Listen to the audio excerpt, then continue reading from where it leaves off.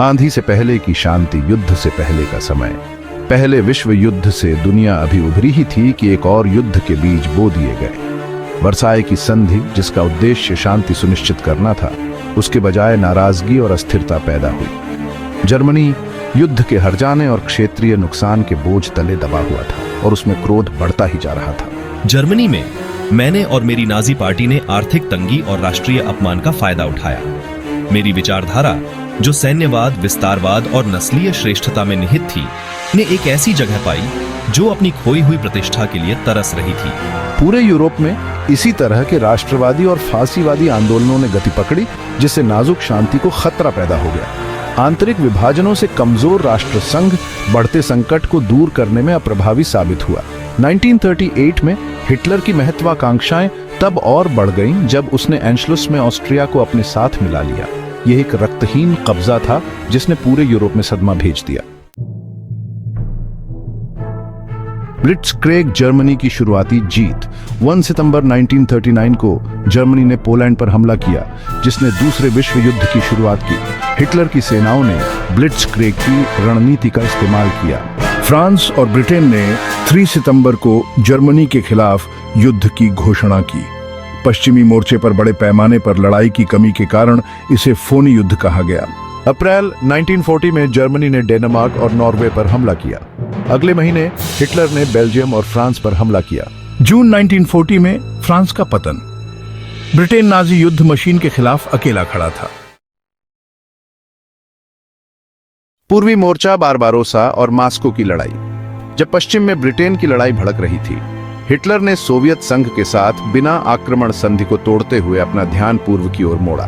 22 जून 1941 को ऑपरेशन बारबारोसा, इतिहास का सबसे बड़ा सैन्य आक्रमण शुरू हुआ। जर्मन वेहरमाच ने एक तेज जीत के प्रति आश्वस्त होकर सोवियत क्षेत्र में धावा बोल दिया। शुरू में लाल सेना को अचानक पकड़ लिया। आक्रमण का विशाल पैमाना चौंकाने वाला था, जिसमें 30 लाख से अधिक जर्मन सैनिक सोवियत सीमा पार कर गए थे। हालांकि हिटलर ने रूस की विशालता और सोवियत लोगों के लचीलापन दोनों को कम करके आंका। जैसे ही कठोर रूसी सर्दी शुरू हुई, जर्मन प्रगति लड़खड़ाने लगी। ताजा भंडारों से मजबूत और कड़ाके की ठंड से सहायता प्राप्त लाल सेना ने एक भयंकर पलटवार शुरू किया, जिससे वेहरमाच को भारी नुकसान हुआ। मास्को की लड़ाई, शून्य से नीचे के तापमान में लड़ी गई 5 महीने की क्रूर लड़ाई, पूर्वी मोर्चे पर युद्ध में एक महत्वपूर्ण मोड़ थी। थकी हुई और ठंड से जकड़ी जर्मन सेना को सोवियत राजधानी के बाहरी इलाके से पीछे धकेल दिया गया। The Rising Sun, Pearl Harbor और प्रशांत क्षेत्र। जब यूरोप में युद्ध चल रहा था, प्रशांत क्षेत्र की घटनाएं संयुक्त राज्य अमेरिका को वैश्विक संघर्ष में खींचने वाली थी। जापान, एक बढ़ती हुई सैन्य शक्ति जिसकी एशिया पर हावी होने की महत्वाकांक्षा थी, अपने साम्राज्य का लगातार विस्तार कर रहा था। 7 दिसंबर 1941 को जापान ने हवाई के पर्ल हार्बर में अमेरिकी नौसैनिक अकी बेड़े पर एक आश्चर्यजनक हमला किया। यह हमला, जिसे अमेरिकी प्रशांत बेड़े को पंगु बनाने के लिए एक प्रारंभिक हमले के रूप में किया गया था, ने अमेरिकी राष्ट्र को झकझोर दिया और युद्ध के पक्ष में जनता की राय को मजबूत किया। अगले दिन संयुक्त राज्य अमेरिका ने जापान पर युद्ध की घोषणा की, आधिकारिक तौर पर द्वितीय विश्व युद्ध में प्रवेश किया। प्रशांत युद्ध को क्रूर द्वीप होपिंग अभियानों, महाकाव्य पैमाने पर नौसैनिक युद्धों और चुनौतीपूर्ण जंगल इलाके में भयंकर लड़ाई की विशेषता थी। जापान, शुरू में आक्रामक, ने दक्षिण पूर्व एशिया और प्रशांत के विशाल क्षेत्रों पर कब्जा करते हुए शुरुआती जीत हासिल की। हालांकि जैसे ही अमेरिकी औद्योगिक शक्ति और सैन्य शक्ति को लागू किया गया, ज्वार पलटने लगा। वर्ष 1942 ने युद्ध में एक महत्वपूर्ण मोड़ ला दिया, जिसमें पूर्वी और पश्चिमी दोनों मोर्चों पर महत्वपूर्ण लड़ाइयों ने धुरी शक्तियों के खिलाफ गति को स्थानांतरित कर दिया। पूर्व में स्टेलिनग्राद की लड़ाई, एक क्रूर 6 महीने की घेराबंदी, सोवियत प्रतिरोध और जर्मन हार का प्रतीक बन गई। स्टेलिनग्राद में जर्मन की हार ने पूर्व में हिटलर की महत्वाकांक्षाओं के अंत की शुरुआत को चिह्नित किया। जीत से उत्साहित लाल सेना ने कई आक्रमण शुरू किए, धीरे धीरे वेहरमाच को वापस जर्मनी की ओर धकेल दिया। इस बीच पश्चिम में मित्र राष्ट्र नाजी कब्जे वाले फ्रांस पर बड़े पैमाने पर आक्रमण की तैयारी कर रहे थे। ऑपरेशन ओवरलॉर्ड, जिसे डी-डे के रूप में जाना जाता है, एक साहसी उभयचर हमला था जिसमें वर्षों की योजना और अब तक के सबसे बड़े जहाज शामिल थे। 6 जून 1944 को मित्र देशों की सेना ने फ्रांस के नॉर्मंडी के समुद्र तटों पर धावा बोल दिया, एक महत्वपूर्ण अभियान में जिसने पश्चिमी यूरोप की मुक्ति की शुरुआत को चिह्नित किया। ऑपरेशन की सफलता ने फ्रांस में एक महत्वपूर्ण पैर जमाया, जिससे नाजी जर्मनी की अंतिम हार का मार्ग प्रशस्त हुआ। जैसे ही मित्र देशों की सेनाएं पश्चिम से आगे बढ़ीं और लाल सेना पूर्व से अंदर चली गई, नाजी जर्मनी के चारों ओर फंदा कस गया। 30 अप्रैल 1945 को सोवियत सैनिकों द्वारा अपने बंकर पर बंद होने के साथ नाजी शासन के शासन को समाप्त करते हुए एडोल्फ हिटलर ने आत्महत्या कर ली। 7 मई 1945 को जर्मनी ने मित्र राष्ट्रों के सामने बिना शर्त आत्मसमर्पण कर दिया, जिससे यूरोप में युद्ध समाप्त हो गया। यूरोप में विजय या वीआई दिवस खुशी और राहत के साथ मिला, लेकिन प्रशांत क्षेत्र में युद्ध जारी रहा। अगस्त 1945 में हिरोशिमा और नागासाकी पर परमाणु बम गिराने से जापान को 15 अगस्त 1945 को बिना शर्त आत्मसमर्पण करने के लिए मजबूर होना पड़ा। खंडहर में एक दुनिया।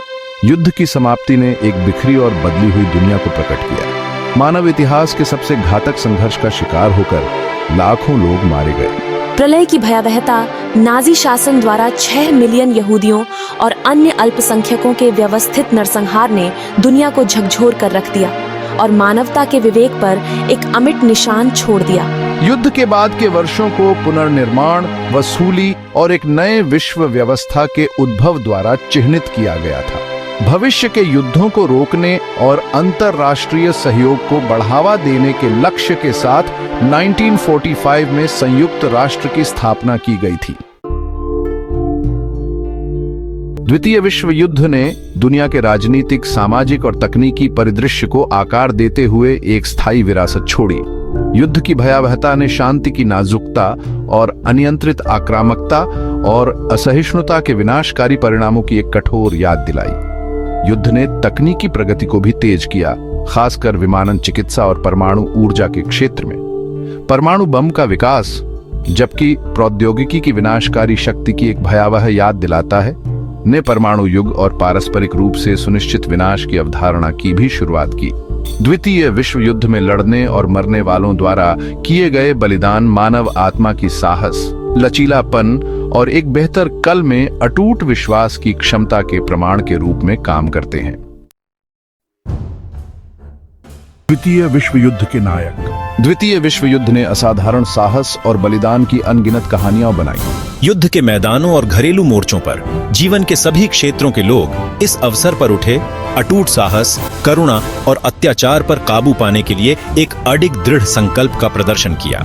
उनकी कहानियां आने वाली पीढ़ियों के लिए एक प्रेरणा का काम करती हैं, जो हमें अदम्य मानवीय भावना और स्वतंत्रता, न्याय और एक बेहतर दुनिया के लिए लड़ने के महत्व की याद दिलाती है। ये नायक, दोनों प्रसिद्ध और अनगढ़, उन लाखों लोगों का प्रतिनिधित्व करते हैं जिन्होंने द्वितीय विश्व युद्ध के दौरान स्वतंत्रता और न्याय के लिए लड़ाई लड़ी थी। उनकी कहानियां हमें संघर्ष की मानवीय कीमत और साहस, करुणा और उत्पीड़न का विरोध करने की इच्छा शक्ति की स्थायी शक्ति की याद दिलाती हैं।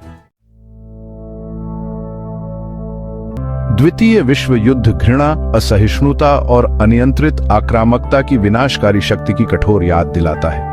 फिर भी युद्ध की भयावहता के बीच साहस, लचीलापन और शांति की अटूट खोज की कहानियां चमकती हैं। युद्ध की विरासत एक जटिल है, त्रासदी, विजय और स्थायी मानवीय भावना के धागों से बुनी गई एक टेपेस्ट्री। यह एक ऐसी कहानी है जिसे याद रखना चाहिए, न केवल उन लोगों के बलिदान का सम्मान करने के लिए जो इसे जीते थे, बल्कि अतीत की गलतियों से सीखने और आने वाली पीढ़ियों के लिए एक अधिक शांतिपूर्ण और न्यायपूर्ण दुनिया बनाने का प्रयास करने के लिए भी। जैसा कि हम मानव इतिहास के इस महत्वपूर्ण अध्याय पर विचार करते हैं, आइए हम सीखे गए पाठों को याद रखें, मेहनत से अर्जित शांति को संजोएं और एक ऐसी दुनिया के निर्माण के लिए मिलकर काम करें जहां इस तरह के संघर्ष इतिहास की किताबों तक ही सीमित रहें, कभी दोहराए न जाएं। तो दोस्तों, हमारी ये कहानी आपको कैसी लगी कमेंट में जरूर बताएं और वीडियो को लाइक, चैनल को सब्सक्राइब और शेयर जरूर करें। हम फिर मिलेंगे एक नई वीडियो और एक नई जानकारी के साथ। तब तक के लिए हमें इजाजत दे। जय हिंद।